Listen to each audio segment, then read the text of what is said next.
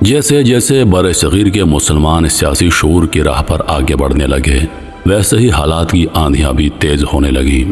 یہ آندھیاں کبھی امید کا پیغام لائیں اور کبھی مایوسی کے بادل۔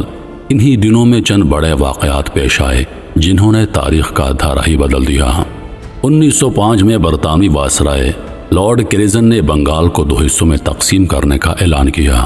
ایک طرف مشرقی بنگال جہاں مسلمانوں کی اکثریت تھی اور دوسری طرف مغربی بنگال جہاں ہندو آبادی زیادہ تھی۔ یہ فیصلہ بظاہر انتظامی سہولت کے لیے تھا، مگر ہندو رہنماؤں نے اسے پھوٹ ڈالو اور راج کرو کی سازش سمجھا۔ ہندوؤں نے زبردست احتجاج کیا، جلوس نکلے اور سوادیشی تحریک شروع ہوئی جس میں برطانوی اشیاء کا بائیکاٹ کیا گیا۔ اس تحریک میں کئی بار مسلمان تاجروں اور ہندو مظاہرین میں جھڑپیں ہوئیں اور دونوں طرف زخمی اور جاں بحق ہونے والے بھی تھے۔ آخرکار 1911 میں یہ تقسیم واپس لے لی گئی، مگر اس نے مسلمانوں کے دلوں میں یہ احساس بٹھا دیا کہ ان کے مفاد اکثر ہندو قیادت کے فیصلوں میں نظر انداز کیے جا سکتے ہیں۔ 1920 میں گاندھی جی نے برطانوی راج کے خلاف عدم تعاون کی تحریک شروع کی۔ لاکھوں لوگ سرکاری ملازمتوں سے استعفا دینے لگے، اسکولوں اور عدالتوں کا بائیکاٹ کیا گیا، مسلمانوں کی ایک بڑی تعداد بھی شامل ہو گئی۔ اگر جلد ہی کچھ ایسا واقعات پیش آئے جن میں فرقہ وارانہ کشیدگی بڑھ گئی اور مسلم رہنماؤں کو خدشہ ہوا کہ ان کی قربانیاں بھی ہندو اکثریت کے غلبے میں ضائع ہو سکتی ہیں۔ ان دنوں محمد علی جناح جو ایک ممتاز وکیل اور کانگریس کے رکن تھے، ہندو مسلم اتحاد کے بڑے حامی تھے۔ انہیں ہندو مسلم اتحاد کا سفیر کہا جاتا تھا، مگر وقت کے ساتھ کانگریس کی پالیسیوں اور ہندو اکثریت کے دباؤ نے جناح کو مایوس کیا۔ 1928 میں نہرو رپورٹ آئی جس میں مسلمانوں کے جداگانہ انتخابی حق کو نظر انداز کر دیا گیا۔ یہ وہ موڑ تھا جب جناح نے محسوس کیا کہ مسلمانوں کے حقوق کے لیے ایک الگ سیاسی حکمت عملی ضروری ہے۔ وقت کے دریاؤں میں سال بہتے گئے اور حالات کی موجیں کبھی سکون لائیں کبھی طوفان۔ 1930 کی دہائی کے آخر میں بر صغیر کا سیاسی منظرنامہ تیزی سے بدلنے لگا۔ مسلمانوں کی سیاسی بیداری اب ایک نہر نہیں رہی بلکہ ایک بڑھتا ہوا دریا بن چکی تھی جس کا دھارا ایک نئے مستقبل کی طرف بڑھ رہا تھا۔ شاعر مشرق علامہ محمد اقبال نے 1930 میں الہ آباد کے خطبے میں مسلمانوں کے لیے ایک علیحدہ ریاست کا تصور پیش کیا۔ ان کے الفاظ تھے، میں چاہتا ہوں کہ پنجاب، سرحد سندھ اور بلوچستان کو ملا کر ایک ریاست بنائی جائے جس کو خود مختاری حاصل ہو۔ یہ بات اس وقت محض ایک تصور تھی، مگر یہ مسلمانوں کے دل میں امید کا چراغ روشن کر گئی۔ جب دوسری جنگ عظیم کا آغاز ہوا تو برطانیہ نے بغیر مشورے کے ہندوستان کو جنگ میں جھونک دیا۔ کانگریس نے اس پر شدید احتجاج کیا اور صوبائی حکومتوں سے استعفا دے دیا۔ اس موقع پر مسلم لیگ نے موقع دیکھا کہ مسلمانوں کے لیے اپنی سیاسی حیثیت مضبوط بنائی جائے۔ محمد علی جناح نے کہا، یہ وقت ہے کہ ہم اپنے لیے ایک ایسا راستہ نکالیں جو ہماری قوم کی بقا کی ضمانت دے۔ لاہور کے منٹو پارک میں آل انڈیا مسلم لیگ کا سالانہ اجلاس ہوا۔ لاکھوں لوگ دیہات سے، شہروں سے، دور دراز علاقوں سے قافلوں کی صورت میں آئے۔ گرمی تھی، دھوپ تیز تھی، مگر جوش و خروش کی لہر ہر چہرے پر نظر آ رہی تھی۔ یہاں قرارداد لاہور پیش کی گئی جس میں بر صغیر کے مسلمانوں کے لیے الگ ریاستوں کے قیام کا مطالبہ کیا گیا۔ یہ وہ لمحہ تھا جب ایک خواب ایک سیاسی مطالبہ بن گیا۔ قرارداد لاہور کے بعد محمد علی جناح کی قیادت میں مسلم لیگ ایک تیز رفتار سیاسی قوت بن گئی۔ انہیں اب قائد اعظم کہا جانے لگا۔ جناح کی سیاسی حکمت عملی، ان کی قانونی مہارت اور ان کا عزم مسلمانوں کو یہ یقین دلانے لگا کہ علیحدہ ریاست کا خواب حقیقت بن سکتا ہے۔ کانگریس چاہتی تھی کہ آزادی کے بعد ایک متحدہ ہندوستان بنے، مگر مسلم لیگ اس بات پر ڈٹی رہی کہ مسلمانوں کی ایک الگ ریاست ضروری ہے۔ مذاکرات کے کئی دور ہوئے مگر نتیجہ نہ نکل سکا۔ دونوں طرف سے اخبارات میں بیانات کا تبادلہ ہوا، جلسے جلوس ہوئے اور عوام میں سیاسی گرمی بڑھتی گئی۔ سال 1947 کی بہار اپنے ساتھ ایک غیر معمولی ہوا لے کر آئی۔ یہ وہ ہوا تھی جس میں آزادی کی خوشبو تھی اور جدائی کا کڑوا ذائقہ بھی۔ برسوں کی کشمکش کے بعد برطانیہ نے اعلان کیا کہ وہ ہندوستان چھوڑ کر جا رہا ہے، مگر سوال یہ تھا کہ وہ کس شکل میں جائے گا، ایک متحدہ ملک چھوڑ کر یا دو الگ الگ ریاستوں میں تقسیم کر کے۔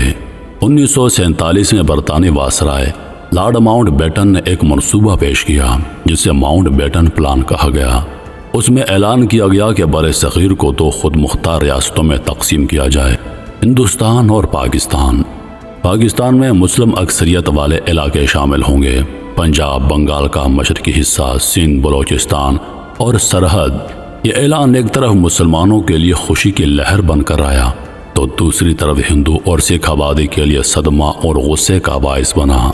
سر سیرل ریڈ کلف جو برطانیہ سے پہلی بار ہندوستان آئے تھے، ان کو یہ ذمہ داری دی گئی کہ وہ دونوں ملکوں کے درمیان سرحد کھینچیں۔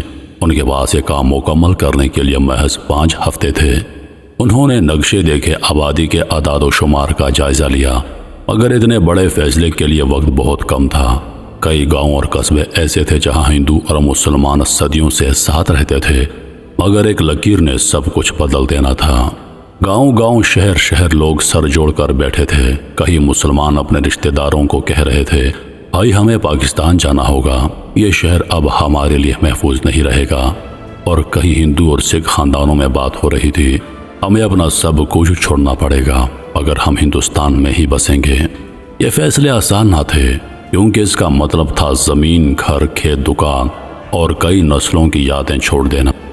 کئی لوگ قافلے تیار کرنے لگے، بیل گاڑیاں، گھوڑا گاڑیاں اور پیدل سفر کرنے والے لوگ سب اپنے اپنے ساتھ برتن، بستر اور بس اتنا سامان لے جا رہے تھے جتنا اٹھایا جا سکتا تھا۔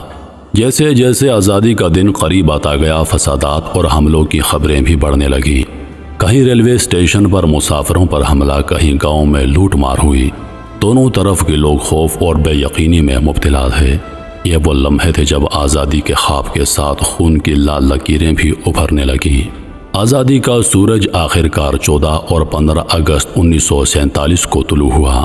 ایک طرف لوگ خوشی سے نعرے لگا رہے تھے، سبز ہلالی پرچم اور ترنگا فضا میں لہرا رہے تھے، مگر دوسری طرف زمین پر خون کے دھبے گہرے ہو رہے تھے۔ وہ لکیر جو کاغذ پر کھینچی گئی تھی اب گلیوں اور کھیتوں میں انسانوں کے لہو سے رنگی جا رہی تھی۔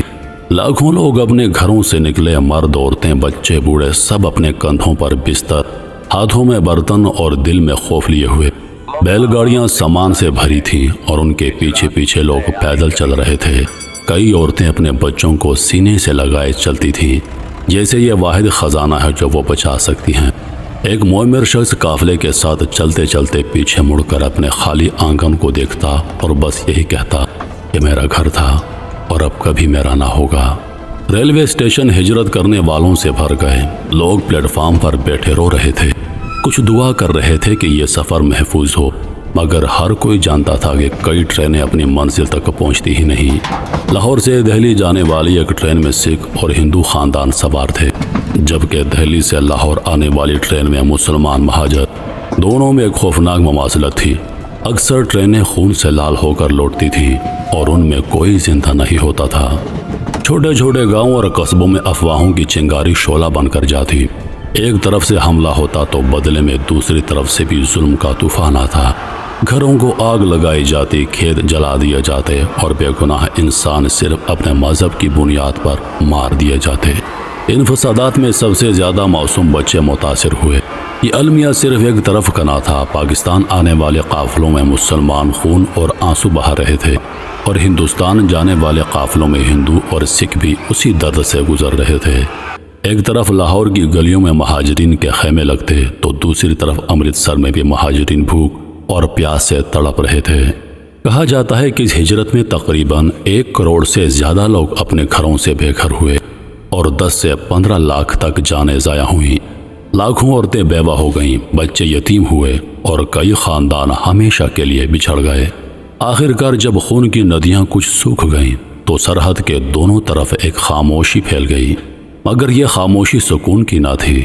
یہ وہ خاموشی تھی جو طوفان کے بعد ملبے پر چھا جاتی ہے۔ دل زخمی تھے اور آنکھوں میں وہ منظر ہمیشہ کے لیے قید ہو گئے تھے۔ بالآخر تقسیم کا فیصلہ نافذ ہو چکا تھا۔ سرحد کے ایک طرف پاکستان اور دوسری طرف ہندوستان، دونوں نے ایک ہی دن، ایک ہی لمحے میں اپنی پیدائش کا اعلان کیا۔ لیکن ان نوزائیدہ مملکتوں کا پہلا سانس بھی آسان نہ تھا۔ مہاجرین کے قافلے ابھی بھی رواں دواں تھے، کہیں بیل گاڑیاں، کہیں پیدل لوگ، کہیں ریل کی پٹڑی پر چلے جا رہے تھے۔ لیکن اب جو پہنچ گئے ان کے سامنے ایک نیا امتحان تھا، بے گھر ہونے کا قرب۔ لاہور، امرتسر، دہلی، کراچی، لدھیانہ، ان شہروں کے کئی محلے اچانک ویران ہو گئے۔ کسی محلے میں مسلمان گھر چھوڑ گئے اور ہندو یا سکھ خاندان آ گئے، کہیں ہندو اور سکھ گھر چھوڑ اور مسلمان مہاجرین نے ڈیرے ڈال دیے، مگر گھروں کے اندر کی دیواریں، فرنیچر اور صحن میں لگے پودے سب خاموش گواہی دے رہے تھے کہ یہاں کل تک کوئی اور بستا تھا۔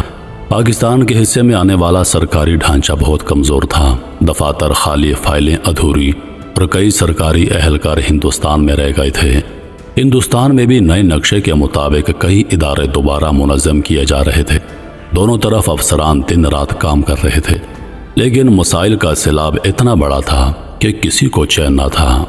ہجرت کر کے آنے والے کئی لوگ رات کو خواب میں اپنے پرانے گاؤں دیکھتے۔ ایک بزرگ دہلی سے لاہور آئے تھے، رات کو مسجد کے باہر بیٹھے دھیرے سے رونے لگے۔